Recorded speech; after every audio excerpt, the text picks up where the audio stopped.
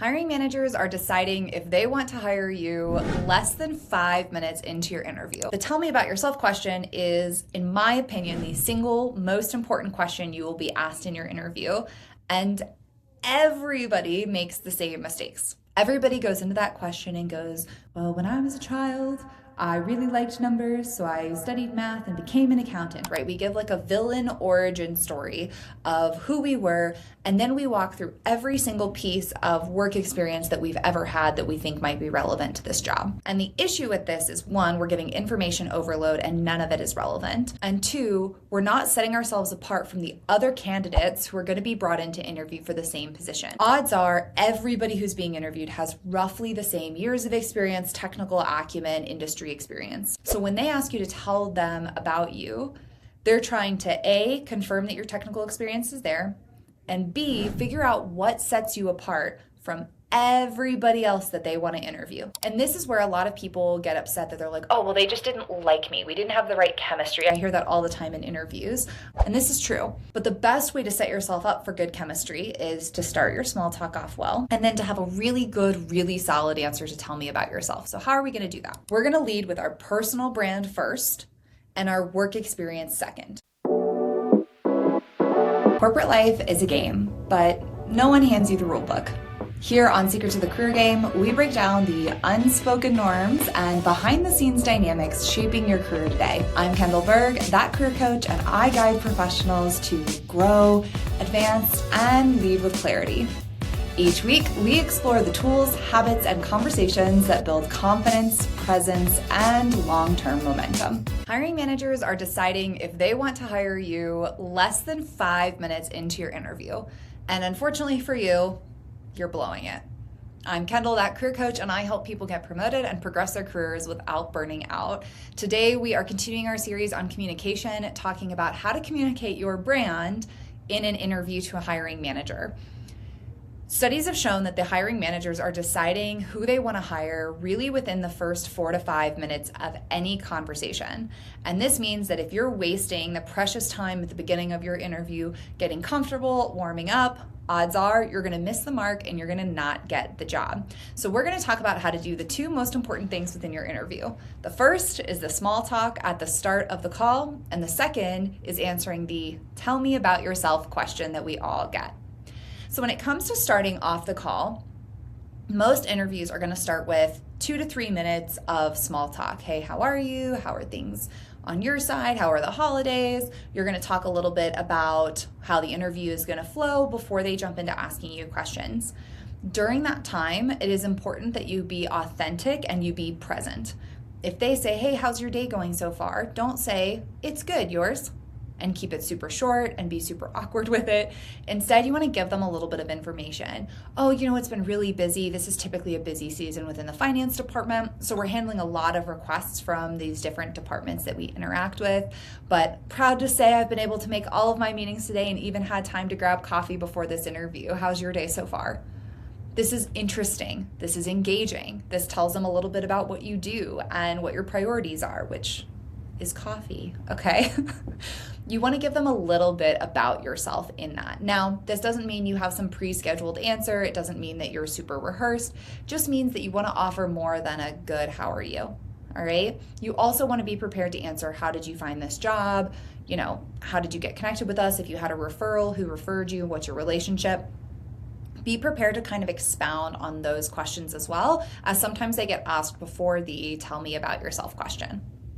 Now, the tell me about yourself question is, in my opinion, the single most important question you will be asked in your interview, and everybody makes the same mistakes. Everybody goes into that question and goes, well, when I was a child, I really liked numbers, so I studied math and became an accountant, right? We give like a villain origin story of who we were, and then we walk through every single piece of work experience that we've ever had that we think might be relevant to this job. And the issue with this is, one, we're giving information overload and none of it is relevant. And two, we're not setting ourselves apart from the other candidates who are going to be brought in to interview for the same position.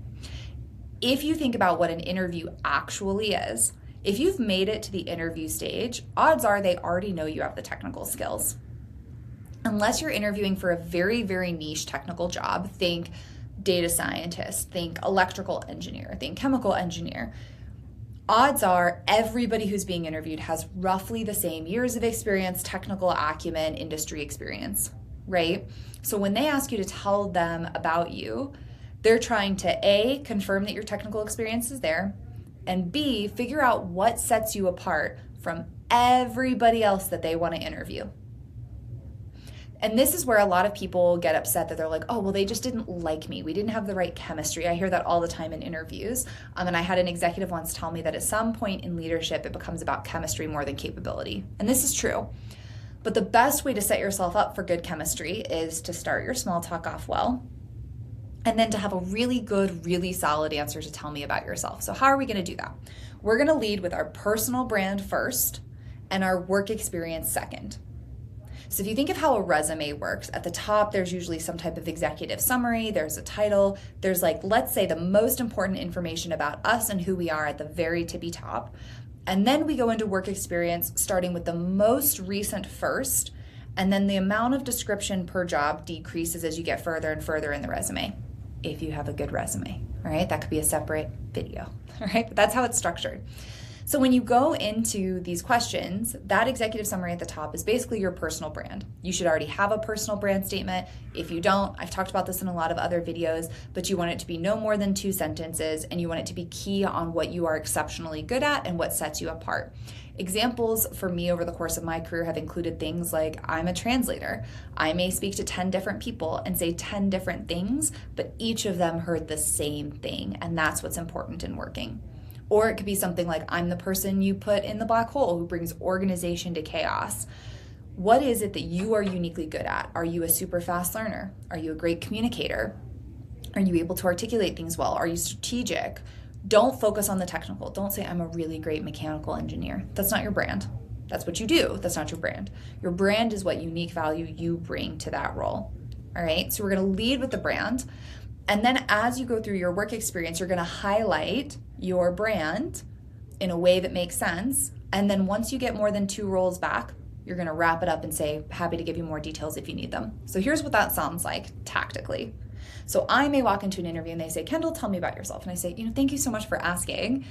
I'm really focused on bringing organization to the black holes of chaos within the team. I do this by building the next generation of great leaders and repeatable, scalable processes for the organization. Most recently, I've been doing this as the managing director for planning and execution, where my primary focus is on ensuring that we are operating in the most effective way possible. I've been lucky enough to promote 3 different people within my team over the last 4 years as they've built and developed their leadership skills, and also been able to solve big key problems, some of those black holes I mentioned earlier, where we were unsure how our audit practices were going. We had inconsistency in how we were doing end-of-life applications, and we were able to create a cost recovery program that's now run within my team. Before that, I was the vice president of data strategy, where I was responsible for blah, blah, blah, blah, blah. Let me know if you'd like me to go any further back. That is a good answer to tell me about yourself. Because now they know I'm going to bring organization to the areas they don't understand and they don't want to. I'm going to build the next generation of great leaders. I'm going to promote people. I'm going to get them progressing. And I'm going to build repeatable, scalable initiatives. Then when I talked about my work experience, I highlighted those things. Next generation of great leaders. Here's the people I got promoted. Repeatable, scalable processes. Here's 3 programs I stood up and scaled within my team. Right? You want to be able to tie your experience to that brand and then highlight it. Now, at the end of that answer, if the person interviewing me needs somebody who's organized, needs somebody who can build processes, or needs somebody to build a great team, they're already interested in me. And I'm now different than everybody else who may have similar technical experience. Now, if it's a very technical job, they may say, well, what's your experience with Oracle? Have you used this product before? And then you can go into the details of that. Yes, you have. Here's some examples. Be very clear with it. All right, but it's important to have this brand and to be able to set yourself apart. I have been in so many interviews where we're interviewing 2 or 3 people, and all of them can do the job, but one person brings a little something extra. One person problem solves a little better. One person's a little more strong of a communicator. Those are the things that set you apart in the interview. That's why so many people get to the end and they go, oh, it was between you and one other person, but we've decided to go with somebody else. Is that extra oomph. factor, and it starts with that tell me about yourself question. And then the last piece of advice that I'll give you as you're going through your interview, and this is something that I see high performers especially really struggle with, is you have to brag on yourself. This is an interview. You have to tell them why you're great, why you're better than everybody else. Now, you don't have to say, I'm so much better than Steve, who you're talking to next. All right, let's be nice.